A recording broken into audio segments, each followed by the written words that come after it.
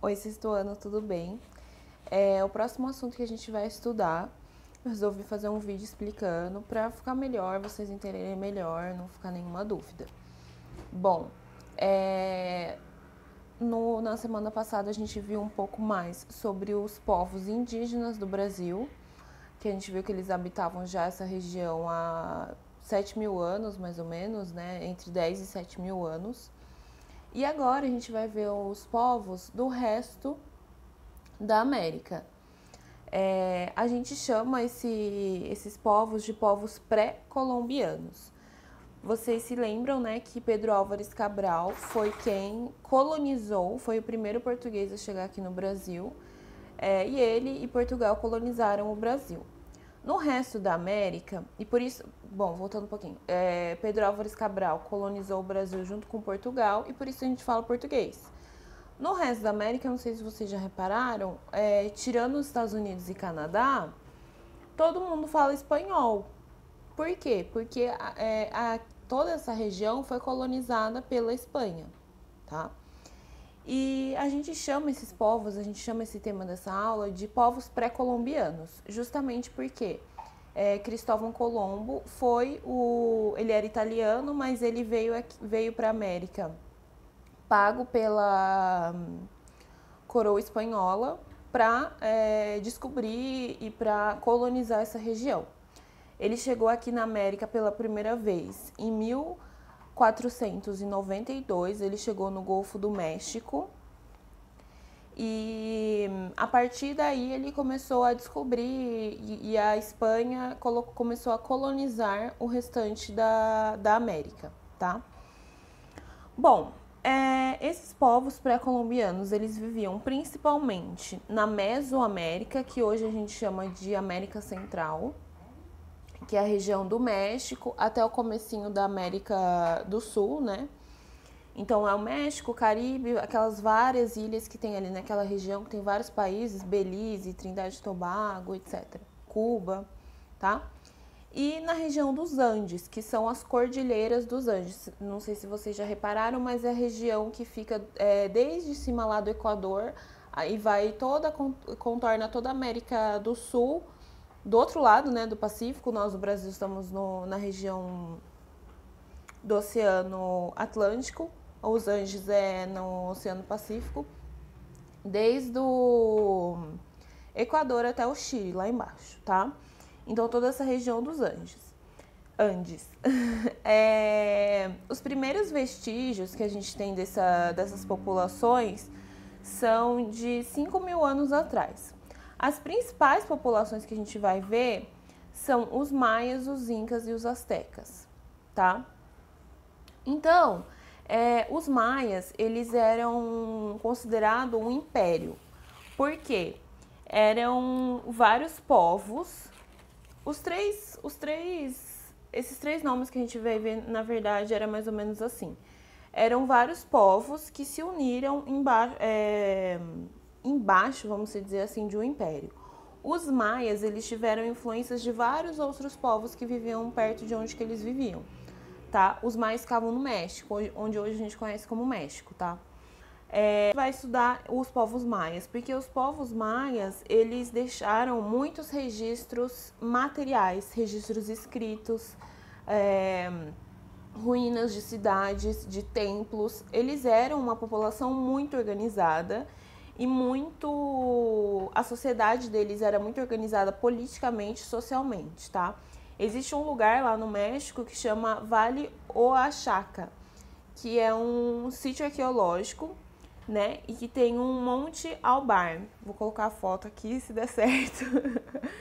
E é o primeiro registro escrito que a gente tem da América. E ele é de 500 anos antes de Cristo. Então é um registro escrito que tem 2.500 anos, mais ou menos. Então é muito antigo. E da gente pensar que há 2.500 anos atrás já existia esse tipo de sociedade aqui, super organizada, é muito interessante, tá? E a gente pensar também que não é porque eles não eram europeus que eles eram inferiores ou eles não eram civilizados. Os povos maias, astecas e incas, eles tinham cidades enormes, templos, eles tinham uma estrutura política, tá? Que muitas vezes era superior aos europeus. Então, essa ideia de que o indígena ele é inferior, que ele é atrasado, que ele é bárbaro ou que ele é selvagem, não é real. É uma construção, muitas vezes feita pelos europeus, tá? Bom, então falando mais um pouquinho dos maias, eles estavam na região do México, né, Guatemala, Belize e El Salvador. Eles viveram entre 250 e até 250 antes de Cristo até 900 depois de Cristo, tá bom? Então são mais ou menos 750 anos que esse povo viveu.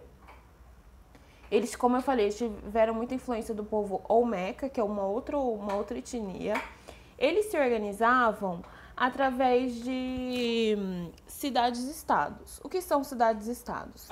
Aqui no Brasil, a gente tem várias cidades, que cada cidade tem o seu prefeito, e essas cidades se encontram dentro dos estados, que tem o seu governador, e os estados são dentro da República Federativa do Brasil, que é governada por um presidente. Então, existe uma hierarquia política de organização.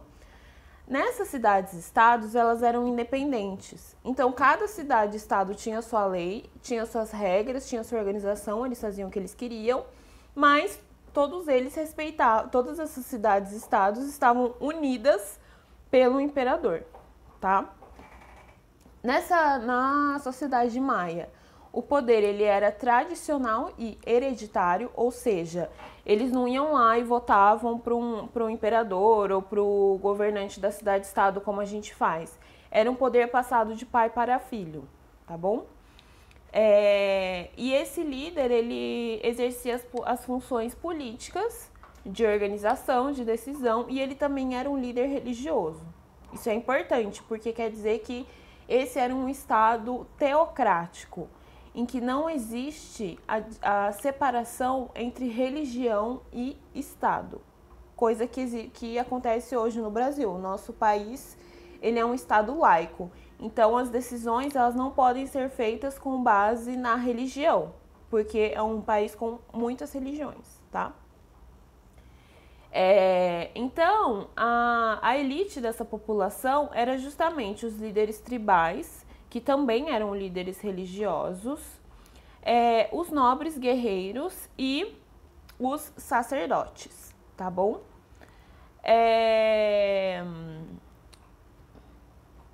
Além de tudo, a posse da terra, ela era dessa elite, só que assim, a elite era o dono da terra e quem cultivava, quem trabalhava na terra eram os camponeses. Eles trabalhavam na terra, só que eles tinham que pagar um imposto e eles podiam plantar pequenas coisas para sua sobrevivência, mas eles não eram donos, eles só trabalhavam ali, tá? Bom, além de tudo, essa sociedade, ela era muito ligada, ela fazia muito comércio, o principal produto de troca era o tecido, e além disso, eles praticavam pesca, né, e criação de animais.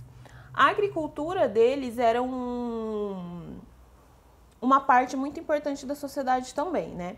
Eles cultivavam milho, cacau, algodão, feijão, pimenta, abacate e abóbora. Tá, principalmente, tinha as outras coisas também, mas isso era o principal. Eles achavam que eles tinham como crença na religião deles e na cultura deles que o milho ele era um ingrediente sagrado, tanto que no mito fundador, lembra que a gente viu o que é mito fundador? Os deuses criaram o homem a partir do milho, tá? Bom, era uma sociedade estamental, ou seja, quem era líder ia nascer líder e morrer líder, quem era camponês ia nascer camponês e morrer camponês. Não existia alteração dessa sociedade, das pessoas. Não tinha como uma pessoa nascer pobre e virar rica, tá? E existiam escravos de guerra, ou seja, se uma cidade lutava contra a outra, quem perdia virava escravo. Eles eram, como eu falei, muito organizados, né? Eles tinham uma arquitetura, arte e astronomia muito sofisticada. Eles tinham... Eu não sei se vocês já viram muitas teorias de que o mundo ia acabar em 2012, porque o calendário maia ia até 2012. Para vocês verem o quão desenvolvida era a matemática e a astronomia deles. Eles conseguiram, em 900 anos depois de Cristo, fazer calendários que duraram até 2012. Então, eles tinham 2 calendários, um calendário de colheita, né, um solar e um lunar. E eles dividiam a vida deles a partir desses calendários. Eles eram politeístas, ou seja, eles tinham vários deuses na religião deles e eles usavam a astronomia porque eles queriam entender o movimento dos corpos celestes, das estrelas, do Sol, da Lua. Então, isso fez com que eles desenvolvessem várias ciências dentro da cultura deles, tá?